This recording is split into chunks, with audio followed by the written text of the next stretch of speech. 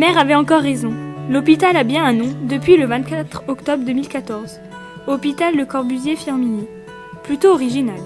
Firminy, ok. Mais qui est Le Corbusier et pourquoi la ville a-t-elle choisi de donner son nom à ce lieu de santé ?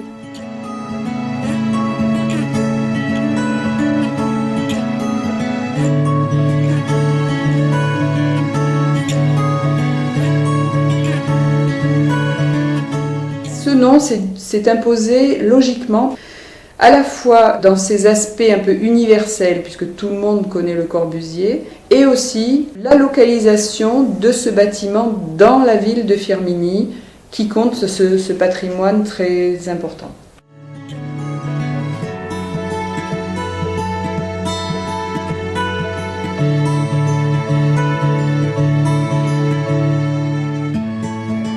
Jeudi, jour de marché, grand soleil.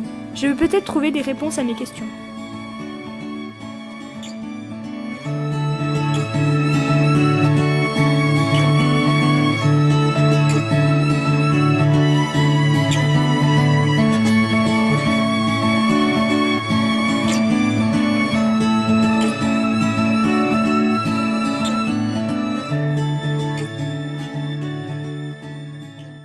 Alors, est-ce que vous saviez que Le Corbusier est un pseudo ?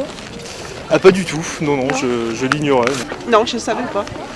Oui, je sais, mais je me rappelle pas ça, je me souviens pas de son nom. Où et quand est né Le Corbusier, à votre avis ? À mon avis, je pense sur Mars ou je sais pas, un truc comme ça. Parce que vu le bâtiment qu'il a fait à Marseille. Je sais qu'il est suisse. Voilà, mais... Il est né, je pense, au début du siècle dernier, mais où, je ne sais pas. Il est suisse d'origine. Est-ce que vous pourriez nous le décrire physiquement ? Brun, pas très grand, un peu dégarni sur le dessus, d'après mes souvenirs. Ouais. Un petit monsieur assez nerveux, maigre, avec des lunettes, avec des gros foyers, je pense. Les cheveux un peu dégarnis sur le dessus, enfin bon, voilà, je l'ai déjà vu en photo, mais... À votre avis, quel était le rapport entre Le Corbusier et le maire de l'époque, Monsieur Petit ? Je sais pas, ils étaient cousins. Non, je sais pas du tout, je sais pas. Peut-être c'était des amis, je sais pas. Peut-être ils avaient étudié ensemble, je sais pas, non, je peux pas dire. Le Corbusier, de son vrai nom Charles-Édouard Jeanneret Gris, est né le 6 octobre 1887 à la Chaux-de-Fonds en Suisse. Après, est-ce que vous savez comment s'appelle l'église du Corbusier à Firminy ? L'église Saint-Pierre de Firminy-Vert. D'accord. Est-ce que vous connaissez d'autres œuvres De Corbusier, je sais qu'il y a la même unité d'habitation à Marseille qui représente, enfin qui est assez similaire de celle de Firminy. Ouais, je crois que c'est la seule que je connais en France. D'accord.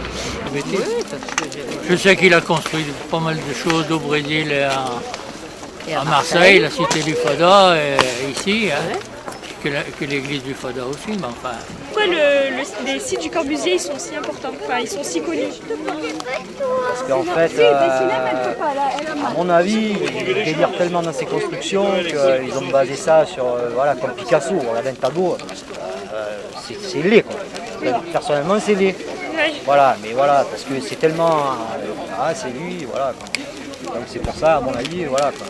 D'accord. Parce qu'il y a une touche architecturale qui n'existe que dans le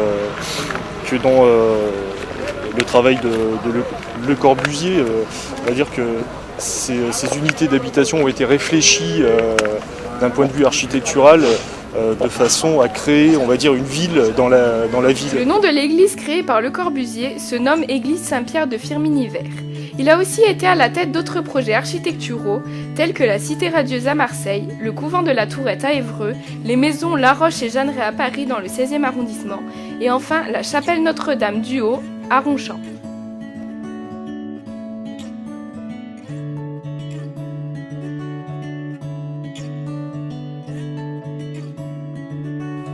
Me voilà la fameuse église, et si je me souviens bien, elle s'appelle Saint-Pierre de Firminy-Vert.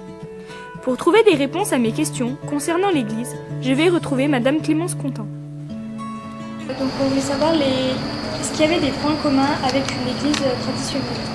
Alors oui, évidemment, on retrouve les caractéristiques classiques d'une église. Donc on la voit ici, on a le clocher par exemple, le triangle. Alors sur la maquette, on voit il y a un petit bâton qui représente en fait la croix. Donc il y a bien le signe de la communauté chrétienne. On a également, alors là ça se passera plutôt à l'intérieur, on a toute la partie centrale, le chœur, donc la partie sacrée avec l'autel. Donc on a vu qu'il y avait plusieurs ouvertures dans l'église, donc on voulait savoir à quoi elles servent. Vous avez différents types d'ouvertures, ce qu'on appelle les canons de lumière. Donc les plus visibles, ce sont ces grands tuyaux là, qui sortent un petit peu du toit. Donc qui sont en fait des puits de lumière qui vont aider à l'éclairage naturel de l'église. On a ensuite cette bande qui fait tout le tour de la toiture, qui a double fonction, gouttière par le dessus et puits de lumière par le dessous. Donc le Corbusier utilisait 4 couleurs systématiquement qui avaient chacune un symbole. Le rouge qui permettait de représenter l'homme avec le sang, donc qui donne la vie, et il remettait ainsi l'homme au centre de sa pensée, de sa réflexion.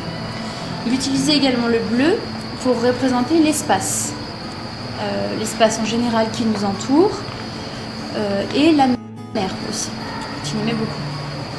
Le jaune représente le soleil et l'importance de la lumière dans son architecture. Et le vert, l'espace vert et le contact visuel en permanence grâce aux grandes ouvertures. Je me dirige maintenant à l'unité d'habitation Le Corbusier.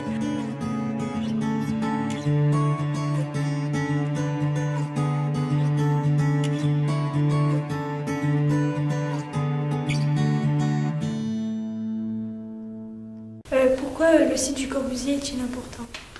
Alors le site de Firminy est très important puisqu'il est le second au niveau mondial, c'est-à-dire qu'il est le site où il y a le plus de bâtiments de Le Corbusier sur le même plan urbanistique. D'accord. Donc pourquoi Le Corbusier a-t-il choisi la ville de Firminy ? Le maire de l'époque, Eugène Claudius Petit, arrive donc à la mairie en 1953. D'accord. Et en 1953, on a donc une Firminy très pauvre, avec des logements très insalubres. Donc Eugène Claudius Petit va faire appel en 1954 à Le Corbusier pour pouvoir venir imaginer tout un quartier. Donc c'est son amitié avec Eugène Claudius Petit qui va le convaincre de venir ici, qui va lui offrir un terrain de jeu complet. Firminy, donc le futur Firminy vert. Pourquoi y a-t-il donc tant d'œuvres du Corbusier à Firminy ? Eh bien, il y a plusieurs œuvres puisqu'elles fonctionnent toutes ensemble. Donc elles viennent compléter un plan d'urbanisme. Et pour lui, l'idéal dans une ville, c'était de pouvoir offrir à une population un équipement sportif et culturel. Donc l'équipement sportif, on l'a avec le stade, et puis la piscine, qui n'a pas eu le temps de dessiner, mais qui a pu exister ensuite. Et une maison de la culture où on enseignait tous les arts, donc l'art plastique, la musique, la sculpture, il y avait une bibliothèque également. Et puis aussi le côté spirituel avec l'église. Donc il y avait vraiment un fonctionnement d'ensemble. Et l'unité d'habitation venait cette fois-là pour l'aspect plutôt logement.